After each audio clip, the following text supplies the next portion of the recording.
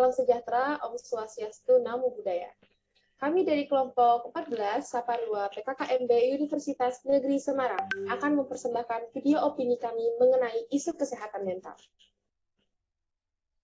Kesehatan mental yang baik adalah kondisi kita ketika batin berada dalam keadaan tentram dan tenang, sehingga memungkinkan kita untuk menikmati kehidupan sehari-hari dan menghargai orang lain di sekitar. Seseorang yang bermental sehat dapat menggunakan kemampuan atau potensi dirinya secara maksimal dalam menghadapi tantangan hidup, serta menjalin hubungan positif dengan orang lain. Sebaliknya, orang dengan kesehatan mental yang terganggu akan mengalami gangguan suasana hati, kemampuan berpikir, serta mengendalikan emosi yang sulit. Pada akhirnya bisa mengarah pada perilaku buruk.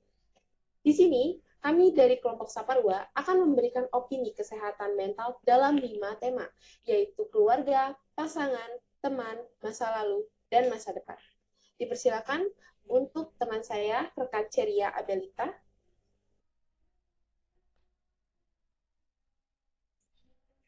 Terima kasih Fani untuk pembukaannya. Di sini kita mulai dari materi yang pertama, yaitu materi keluarga. Di sini kita bakal denger nih dari teman-teman kita, apa sih kesehatan mental mengenai keluarga nih. Pertama kita panggil Rizka. Halo Rizka, boleh perkenalan dulu? Oke, perkenalkan nama aku Rizka Arumarata Solihah. Aku dari Prodi Pendidikan Matematika. Oke, di sini aku bakal menyampaikan opini tentang topiknya keluarga dengan emosi, kesehatan mental yang dialami anak disebabkan tuntutan orang tua yang terlalu keras. Oke, untuk MC boleh langsung dimulai ini? Ya, boleh. Boleh dijelaskan nih menurut Rizka, kesehatan mental tentang keluarga nih apa gitu ya? Oke, sebelumnya kalau kita ngomongin tentang keluarga nih, sebagian orang bakal mikir kalau keluarga adalah tempat yang paling utama di mana kita merasakan kasih sayang, kenyamanan, tempat untuk berkeluh kesah, kita bisa merasakan aman dan nyaman tentunya yang nggak bisa kita dapetin dimanapun. Tapi bagi sebagian orang juga keluarga adalah sebuah penjara. Kenapa kayak gitu? Karena di dalam suatu hubungan keluarga, menurut aku itu selain kasih sayang yang diberikan, ada satu hal yang tidak kalah penting yang tidak boleh kita hilangkan, yaitu komunikasi. Nah, kurangnya komunikasi ini di antara keluarga bisa menyebabkan berbagai masalah loh.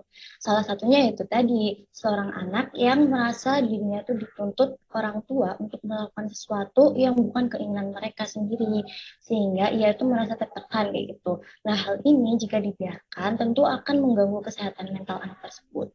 Padahal bisa aja kan orang tua mereka itu mau untuk bertanya, mau untuk berkomunikasi dengan anaknya, sehingga anaknya itu bisa menceritakan apa sih keinginan mereka. Jadi kita tuh masing-masing saling tahu gitu. Nah, hal ini masih banyak disepelekan oleh orang-orang di sekitar kita yang tentu saja tidak bisa kita abaikan begitu saja. Kadang orang tua hanya memikirkan kesehatan fisik anaknya dibandingkan kesehatan mentalnya kayak gitu. Biasanya tuh orang tua yang penting anak aku sehat, yang penting anak aku nggak pilek, nggak batuk kayak gitu. Padahal anak juga memiliki kesehatan mental yang harus mereka pikirkan juga gitu. Sama pentingnya dengan kesehatan fisik kayak gitu.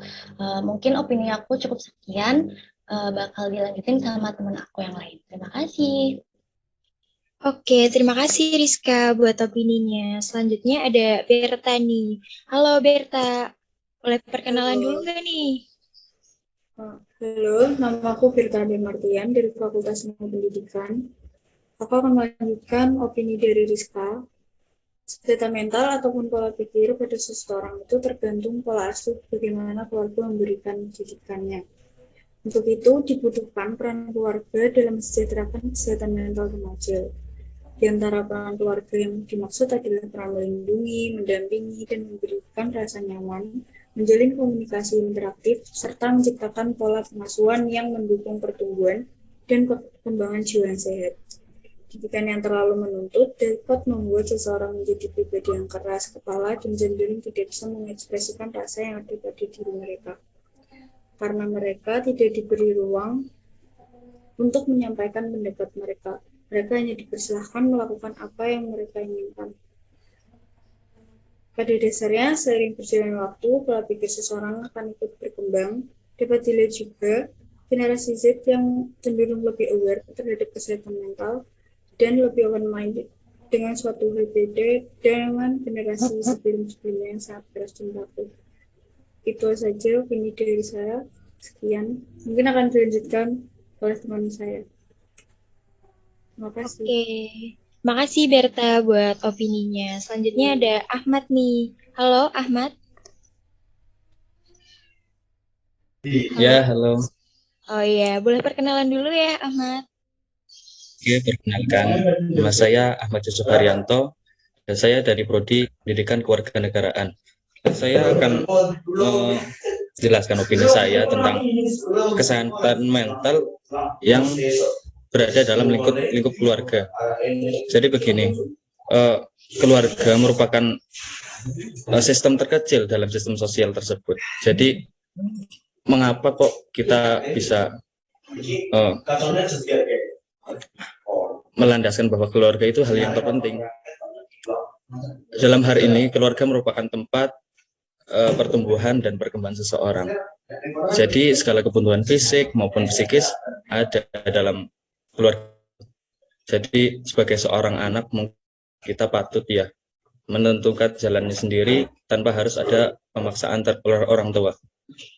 Dan kebanyakan orang tua menginginkan anak tersebut sukses, tapi kebanyakan juga orang tua kurang memikirkan tentang apa itu yang diinginkan oleh anaknya tersebut. Jadi maka dari itu pentinglah bagi orang tua untuk saling berkomunikasi. Jadi saya melanjutkan opini sebelumnya ini tentang komunikasi. Jadi keluarga tetap sebagai tempat berkeluh kesah, bercerita maupun semuanya untuk saling memahami ya. Keluarga merupakan tempat untuk kita bercerita, untuk kita saling curhat begitu. Mungkin itu doang opini dari saya. Saya kembalikan ke moderator. Terima kasih. Oke, terima kasih Ahmad buat opininya. Sekarang kita beralih ke Wahid. Halo Wahid. Halo, Mbak. Oh iya, boleh perkenalan dulu Wahid? Oke, boleh. Jadi langsung samain aja ya, opini aja ya. Oke, sebelumnya saya mengucapkan terima kasih buat moderator dan terima kasih buat Kak Rizka, Kak Berta, dan Mas Ahmad atas opininya. Nama saya Wahid dengan Matematika. Singkat saja. Jadi saya pengen memberikan kesimpulan. Karena pada intinya gini, keluarga itu adalah tempat awal kita mengenal namanya dunia, namanya komunikasi, namanya juga perasaan. Tapi sayangnya dari keluarga itu kita tahulah, nggak semua keluarga itu bisa mencetak anaknya agar siap untuk berada di lingkungan gitu. Nah, ada yang tuntutan orang tua yang terlalu tinggi. Kadang orang tua juga memberikan saran yang kurang cocok dengan zamannya gitu. Jadi saran-sarannya di zaman dahulu akan terus diinikan tanpa melihat perkembangannya zaman.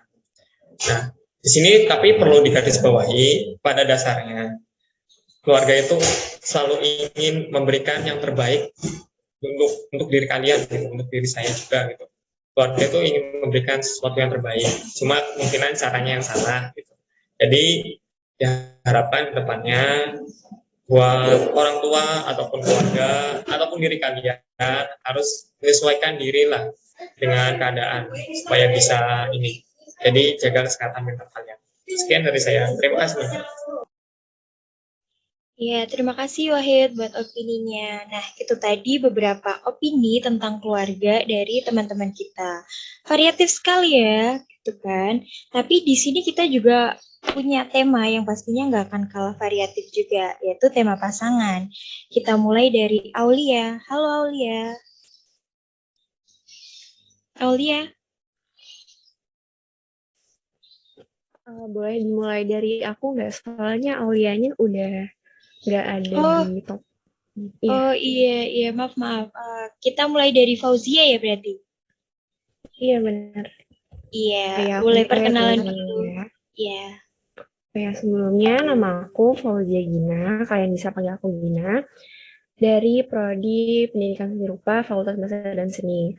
Nah, di sini aku mau nyampaikan opini aku tentang pasangan, dalam peran pasangan di dalam mental health. Nah, menurut aku itu pasangan itu tuh bisa jadi sebuah sesosok yang bisa jadi toksik dalam mental health kita, teman-teman.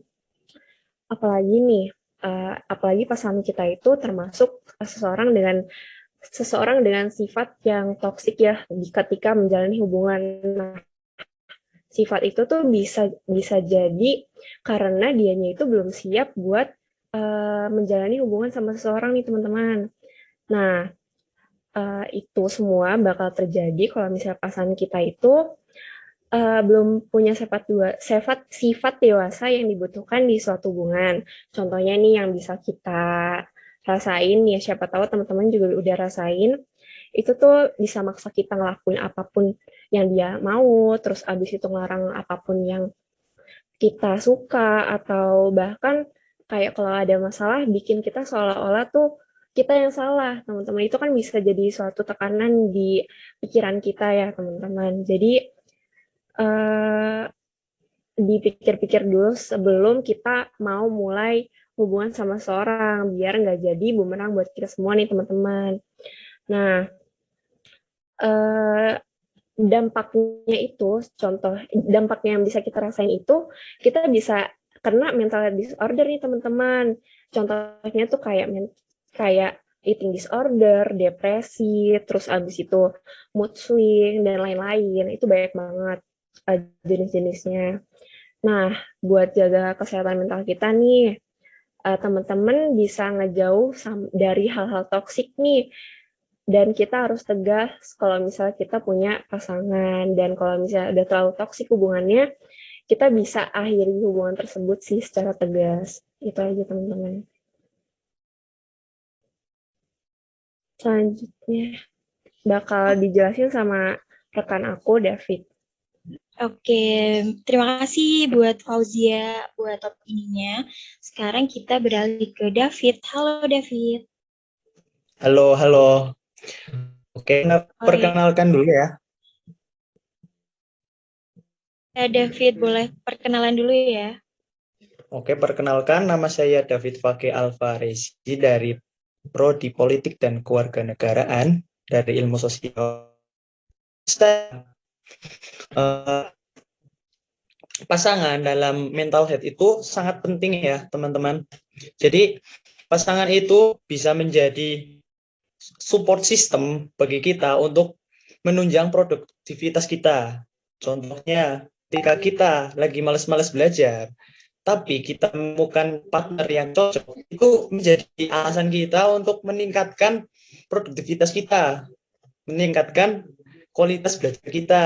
Jadi yang mulainya mungkin kayak males-malesan, tidak semangat dalam melakukan aktivitas, terus kita mempunyai support system yang baik, maka kita akan lebih produktivitas kita menjadi lebih meningkat gitu.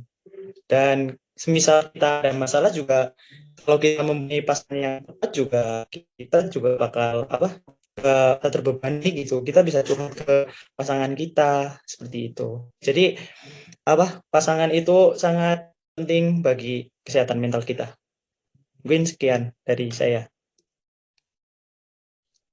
Oke, terima kasih David. Terima kasih juga buat kelompok pasangan, buat opini-opininya. Sekarang kita beralih ke tema yang gak kalah penting nih.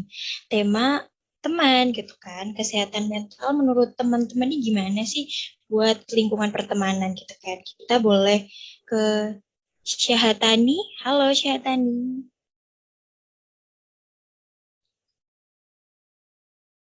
Ya, halo semuanya. Jadi, ya, boleh perkenalan dulu ya, Syahatani. Oh ya. Ya, saya Syaharani dari Fakultas Ilmu Pendidikan. Di sini saya akan menjelaskan tentang teman ya. Jadi teman itu apa sih? Teman itu adalah seseorang yang bisa melihat sisi terlemah kita. Ia bisa menerima kita apa adanya tanpa perlu melihat atribut kita, entah itu profesi atau apa yang kita miliki. Nah, baru-baru ini tuh banyak gitu yang melakukan bullying terhadap teman kan. Eh, jadi ada sebuah studi menyatakan bahwa anak yang mendapat bullying dari teman sebayanya memiliki lebih banyak masalah di masa depan. Hal itu diduga karena dampak bullying teman sebaya kepada anak bisa menghasilkan efek psikologis yang jauh lebih buruk. Itu artinya dampak bullying pada anak dapat berujung pada masalah kesehatan mental serius yang dapat terus berlangsung hingga ia dewasa. Jadi kita tuh harus berhati-hati ya dalam memilih teman, dalam bersikap juga supaya tidak terjadi hal-hal yang tidak diinginkan. Dampak kasus bullying itu bagi korbannya adalah gangguan mental, mulai dari sensitif, rasa marah yang meluap-luap, depresi, rendah diri, cemas, kualitas tidur.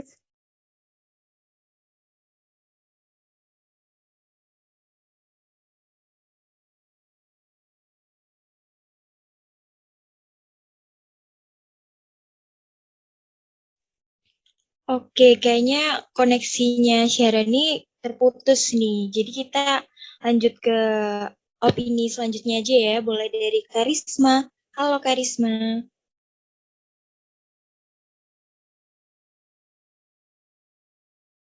Karisma ada nggak ya?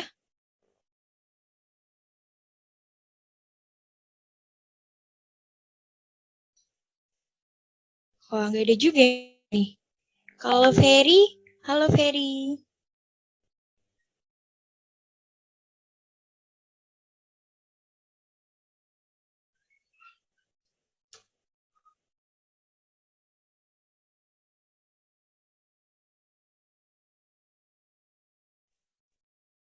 Ferry juga nggak ada ya? Halo Ferry. Boleh perkenalan dulu ya? Ada. Oke. Perkenalkan, nama saya Ferry Muhammad Yasir. Saya dari Prodi Teknik Sipil. Jadi menurut saya anak dan remaja itu membutuhkan kesehatan mental yang baik untuk berkembang dengan cara yang sehat, agar bisa membangun hubungan sosial yang kuat, beradaptasi dengan perubahan dan menghadapi tantangan hidup. Maka dari itu, mempunyai sahabat atau teman sejati adalah sebuah keharusan atau disarankan untuk mempunyai sahabat atau teman sejati dalam hidup kita. Tidak hanya sebagai tempat berbagi cerita saat suka dan duka, tapi teman atau sahabat juga bisa berdampak baik terhadap kesehatan mental kita. Bahkan ada beberapa peneliti baru-baru ini menemukan bahwa pertemanan atau persahabatan yang kental saat remaja dapat membantu menjaga kesehatan mental yang baik saat dewasa kelak. Studi yang dimuat dalam jurnal Child Development Remaja yang memiliki persahabatan akrab cenderung ada beberapa ciri orang yang mempunyai kesehatan mental yang dia dan lebih positif tentang diri mereka sendiri dan dapat menikmati hidup. Terus bisa bangkit kembali dari kekesalan dan kecewaan. Terus yang terakhir ada memiliki hubungan yang lebih sehat dengan keluarga dan teman. Kayaknya dari saya cukup sekian, bisa dilanjutkan oleh teman saya yang lain. Makasih. Oke, makasih Ferry buat opininya. Sekarang kita beralih ke Jeta. Halo Jeta. Halo teman-teman. Ya, perkenalkan nama aku Cita Ramadhani dari Prodi Ilmu Sejarah. Jadi aku mau jelasin tentang apa sih itu teman. Teman tuh siapa? Gunanya apa? Fungsinya apa? Jadi mungkin teman-teman ya tahulah teman adalah sosok yang bisa kita percaya mungkin bagi sebagian orang lebih dari siapapun. Apalagi sahabat. Kita cerita tentang masalah-masalah kita yang ada di keluarga atau pasangan. Itu lebih kita lebih prefer cerita untuk ke sahabat kita gitu. Tapi sahabat tuh teman tuh macam-macam, ada yang memberikan dampak yang baik dan yang buruk. Nah, dampak yang buruk tuh kita harus hindari, kita harus tahu ciri-cirinya, teman-teman yang memberikan dampak buruk pada hidup kita dan yang memberikan dampak baik. Jadi ciri-cirinya mungkin teman-teman bisa tahu lah, misalkan kalau misalkan yang buruk kita tahu dia mudah aja, kita misalkan mau cerita apa gini-gini, terus dia malah memperburuk keadaan. Sebaliknya, yang teman yang baik adalah yang memberikan manfaat kita. Ya, sekian dari saya. Iya, terima kasih buat ini macam-macam banget ya. Sekarang kita beralih ke tema masa lalu nih. Pasti banyak ya teman-teman yang punya opini nih tentang masa lalu. Kita mulai dari Lydia dulu nih. Halo Lydia. Halo Sherry. Halo. Iya. Halo, boleh perkenalan dulu nih Lydia. Pertama-tama itu ya, mulai dari Shani dulu apa? Soalnya udah dibagi. Oh, mau mulai dari Ya, Fani. Fani dulu. Oke, boleh. Ya. Halo Fani. Ya, boleh perkenalan dulu ya Fani. Halo. Halo, aku Shani Dita Sulfani Sanda dari Prodi Geografi, Fakultas Ilmu Sosial.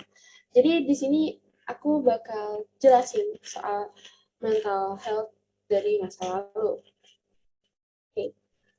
Masa lalu merupakan hal yang tidak pernah lepas dari kehidupan setiap manusia. Semua orang pasti memiliki masa lalu yang indah, sedih, maupun sangat menyakitkan. Masa lalu pun menjadi pemicu utama sifat manusia dalam berinteraksi di lingkungan sosial dan masyarakat. Tatkala sifat dan mental seseorang dibangun dari masa lalu, dimulai sejak masa anak-anak. Dengan masa lalu yang baik maupun yang buruk, itu dapat membentuk mental seseorang hingga ke depannya.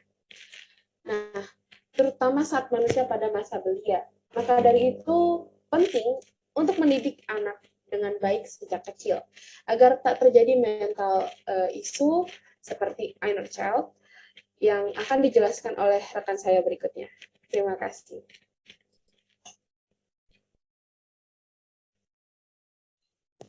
Oke, selanjutnya Lydia nih.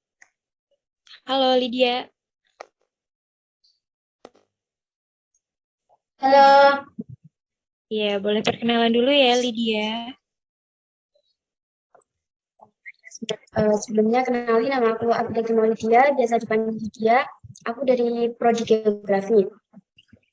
Inner child itu sisi kepribadian seseorang yang terbentuk dari pengalaman masa kecil atau ada bagian dari diri kita saat masih anak-anak yang tertinggal. Dalam penelitian, anak dalam rentang 6-7 tahun sedang mudah mengingat dan bahkan menjadi long time memory. Jadi dalam masa tersebut, jika ada sebuah kejadian, dia akan ingat sampai dewasa. Pentingnya inner child, kita tahu tentang inner child itu penting karena agar kita itu mudah menjadi orang yang tidak rapuh dan sensitif. Jika kita ingin benar-benar bahagia yang nyata, belajarlah untuk menerima, mengenali, dan mengolah inner child agar menjadi orang yang benar-benar bahagia. Sedikit banyak orang yang tidak sadar terhadap inner child ini. Dia tidak menyadari ada luka batin yang tersembunyi di masa kecil yang terbawa sampai dewasa, dan menjadi trauma yang bisa menyebabkan pelaku meletakkan situasi serupa terhadap orang lain. Sekian dari saya. Oke, terima kasih buat Lydia, buat opininya. Sekarang kita lanjut ke Nisrina nih. Halo Nisrina. Halo. Ya, boleh perkenalan dulu ya Nisrina. Oke. Halo, perkenalkan namaku Nisrina Amalia Rizky dari Prodi Pendidikan Bahasa Inggris Fakultas Bahasa dan Seni. Oke, jadi di sini aku mau melanjutkan dari inner child tadi yang disampaikan Lydia ya. Oke, faktor yang mempengaruhi inner child. Yang pertama, pola asuh keluarga. Jadi, bagaimana orang tua kita menjadi role model kita gaya pengasuhan seperti apa yang diajarkan oleh orang tua kita. Yang kedua, orang-orang yang muncul di kehidupan kita, terbentuk atas perilaku dan interaksi kita dengan orang-orang tersebut. Contoh inner child. Contoh positif ya. Contoh positifnya, seorang pernah dipuji pada masa kecilnya, yang itu memicu kita untuk berprestasi sampai dewasa. Untuk yang negatifnya, seseorang yang di masa kecilnya sering dipukuli, yang membuat ketika dia dewasa melakukan hal yang sama seperti yang dialami kepada orang lain. Dan ini untuk peringatan aja. Jadi tidak semua inner child itu 100% sama, masing-masing mempunyai feedback yang berbeda-beda. Dengan contoh negatif di atas, bisa saja bentuk perilakunya tidak sama dengan apa yang dialaminya. Contohnya, seseorang yang dulu dipukuli, di masa depan berubah menjadi seseorang yang tidak ingin dekat dengan orang lain karena takut tersakiti kembali. Nah, untuk cara mengatasinya, yang pertama, bisa mindfulness. Yang kedua, sadari kalau setiap orang punya inner child.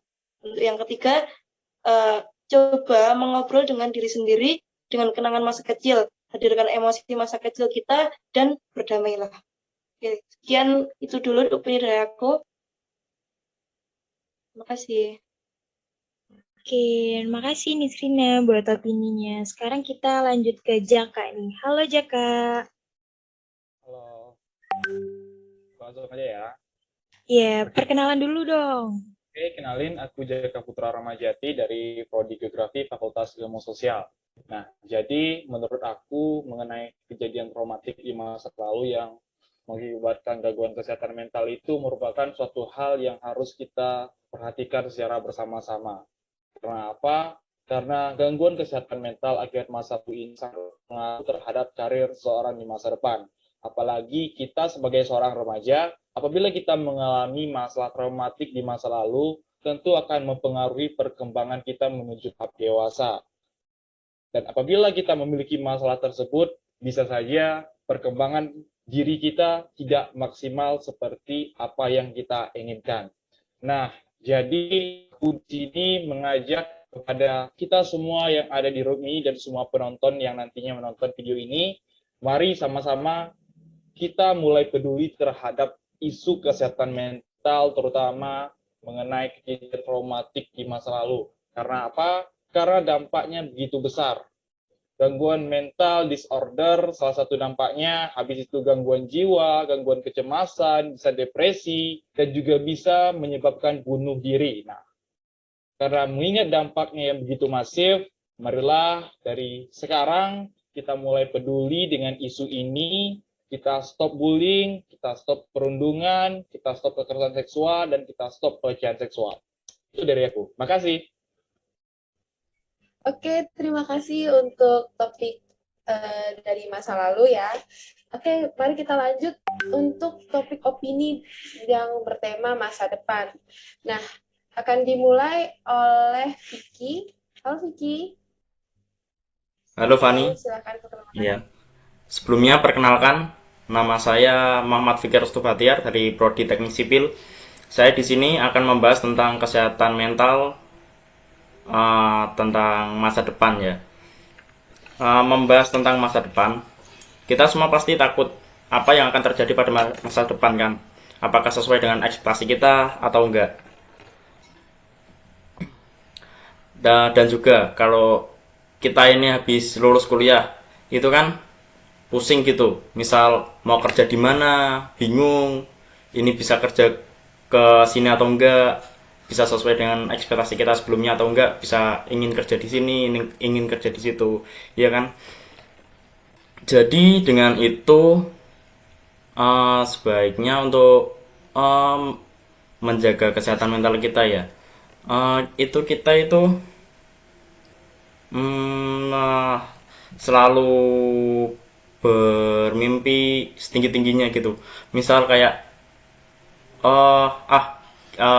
kita nggak jadi di pekerjaan yang di A, setidaknya kita itu masih ada di pekerjaan yang di bawah levelnya sedikit gitu. Dan saran saya, misal udah lulus kuliah itu jangan terlalu memilih-milih tentang pekerjaan, misal harus di inilah, harus di itulah. Kita mulai dari yang emang kita bisa dulu. Jadi kayak gimana ya, jangan terlalu mematok tinggi lah. mematok tinggi kalau kita memiliki value lebih untuk bisa masuk ke perusahaan tersebut. Jadi di sini saya itu hanya menjelaskan tentang keresahan pada diri kita tentang masa depan, terutama saat lulus kuliah dan ingin lanjut bekerja gitu. Begitu Fani, sekian opini dari saya. Mungkin akan dilanjut oleh teman saya. Terima kasih. Oke, terima kasih Vicky. Oke, dilanjut sama Ali Viko. Halo Ali. Ya, halo. Halo, perkenalkan nama saya. Ada kan suaranya kan? Ada. Halo, perkenalkan nama saya Riko Divisi. Saya dari program studi farmasi. Di sini saya mau melanjutkan pembahasan tadi. Tapi saya mau mengkhususkan. Saya mau bicara tentang kiat-kiat untuk tadi kan bicarakan tentang kalau misalkan lulus kuliah tuh jangan milih-milih. Nah itu kan turunannya itu nanti bakal ke tuntutan sosial. Jadi cara untuk tidak mengikuti menjaga kesehatan mental itu dengan tidak mengikuti tuntutan sosial. Nah, cara-caranya yang pertama tuh sebenarnya beranilah untuk mengatakan yang ingin dan tidak ingin kamu lakukan. Jadi contohnya misalkan lulus kuliah harus kerja di perusahaan A yang prestis gitu, karena yang lain juga perusahaan kerja di sana.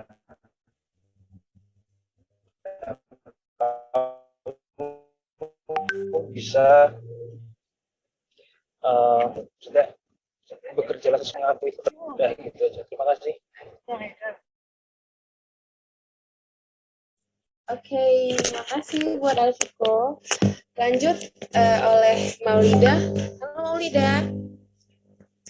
Halo. Halo, boleh perkenalkan diri ya? Oke, jadi kenalin aku Maulida Nurul Komalia dari program studi ilmu hukum Fakultas Hukum. Jadi aku bakal sedikit beropini nih. Nah, sebagai seorang remaja, kita itu memiliki peranan ganda sebagai pelajar sekaligus sebagai anak. Nah, kondisi ini memaksa kita untuk dapat memenuhi kedua tanggung jawab tersebut. Tanpa disadari, banyak kita temui kasus gangguan mental yang bersumber karena beban tanggung jawab masa depan. Nah, paradigma sosial yang memaksa kita untuk mengikuti setiap standar yang dibuat itu banyak membuat individu kini berjalan atau tengah mengerjakan sesuatu bukan karena pilihannya sendiri, melainkan karena pilihan orang lain. Stigma masyarakat akan pilihan yang kita mau seringkali membuat kita takut untuk yakin menjalaninya. Kayak, ngapain sih masuk di univ A, mending di univ B. Nah, alhasil kita bakalan mengalah dan lebih mementingkan apa yang dibilang oleh orang lain.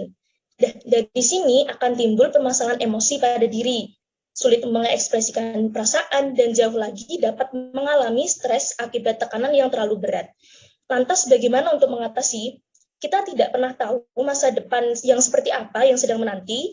Jadi apabila kita sudah terlanjur menempuh jalan seperti ini, kita bisa mulai dengan berhenti menyesali dan menyadari bahwasanya setiap manusia itu memiliki lintasannya masing-masing. Jadi mungkin saja sekarang kita terpaksa menjalani pilihan yang bukan kemauan sendiri, tapi dari sini kita dapat terlatih untuk menghadapi suatu ekspektasi yang nggak selaras dengan realita. Jadi cari celah untuk bisa menikmatinya. Karena kita tidak bisa menyenangkan orang lain. Jadi abaikan saja perkataan orang lain yang menghalangi impianmu. Mungkin cukup itu aja dari aku. Terima kasih.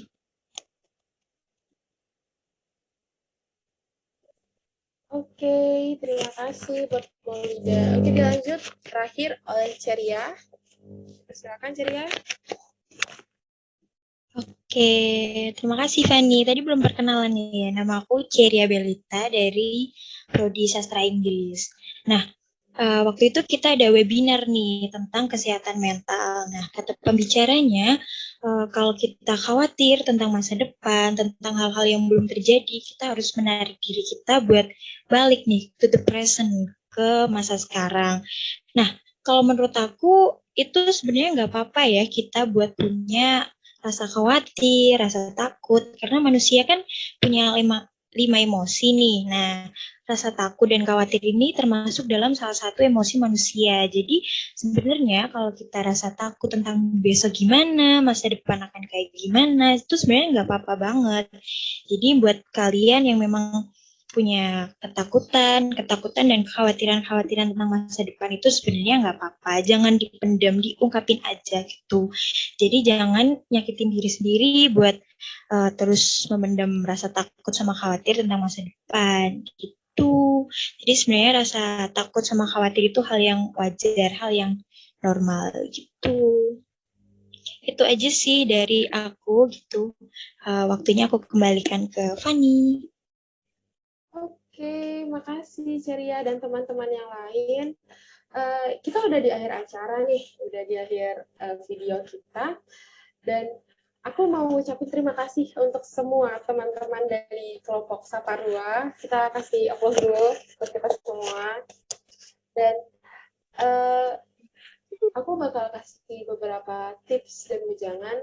Masa lalu itu tidak perlu diingat, masa depan itu dikejar bersama teman, bersama pasangan, maupun bersama keluarga. Kehidupan mental memang tidak mudah dijalani. Mental yang sehat akan membuat kehidupan lebih baik bagi setiap orang. Tapi jika kamu memiliki mental yang tidak sehat, dan kamu merasa itu tidak baik di dirimu, segeralah mencari bantuan, baik dengan orang lain di sekitar kamu maupun dengan tenaga medis. Nah, maka dari itu, marilah peduli dengan kesehatan mental agar kehidupan kita menjadi lebih baik. Itu saja dari kami kelompok 14 Saparua PKKMB Universitas Negeri Semarang. Saya akhiri. Wassalamualaikum warahmatullahi wabarakatuh.